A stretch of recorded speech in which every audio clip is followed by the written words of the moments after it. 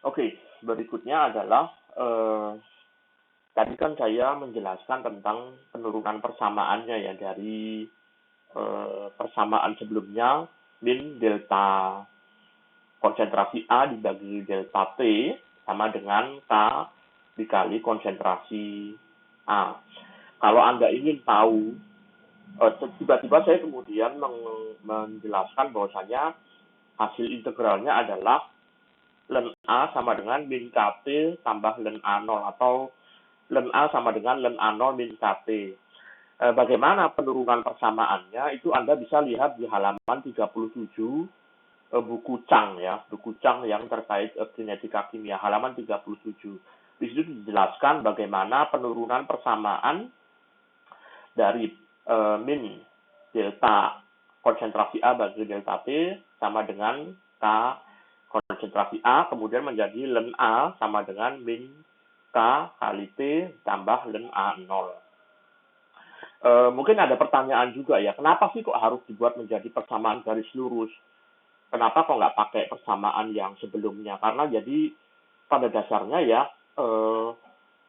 penghitungan itu kita buat semudah mungkin, ya kita buat semudah mungkin. Dan biasanya yang paling mudah itu adalah apabila dia dibuat dalam persamaan garis lurus. Kalau dia dalam persamaan kuadrat, itu biasanya grafiknya bentuknya akan seperti parabola ya, parabola kan masih ingat nggak pelajaran matematika SMA atau mungkin pelajaran atau kuliah kalkulus ya. Jadi kalau dia itu persamaan pangkatannya pangkat 1, maka bentuknya adalah garis lurus. Y sama dengan MX plus C. Kalau dia persamaannya pangkat 2, itu bentuknya parabola. Parabola itu bisa menghadap ke arah atas, bisa juga menghadap ke arah bawah. Persamaannya itu AX kuadrat tambah BX tambah C. Kalau persamaannya pangkat 3 itu nanti biasanya berbentuk seperti gelombang. Dan seterusnya ya. Kemudian kalau dia logaritma, ya logaritma itu juga bentuknya dia nanti naik gitu ya. Bentuknya naik atau istilahnya apa ya? Seperempat parabola atau apa gitu ya. Nah, intinya itu. Jadi supaya lebih mudah, maka kemudian persamaan yang sulit-sulit itu bisa mungkin dibuat menjadi garis lurus gitu ya. Nah, apabila Anda ingin tahu bagaimana penurunan rumusnya, maka silahkan lihat halaman 37.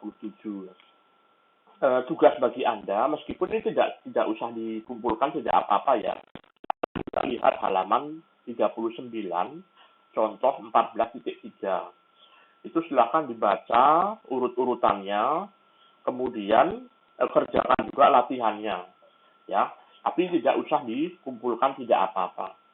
Lanjutkan pelajaran Anda, silakan belajar sendiri, lihat di reaksi orde kedua. Bagaimana penurunan rumusnya, itu sama saja, jadi dia reaksinya masih sama ya, reaksinya dari A menjadi produk, tapi dia reaksinya orde 2. Karena orde 2 maka lajunya menjadi K dikali A kuadrat.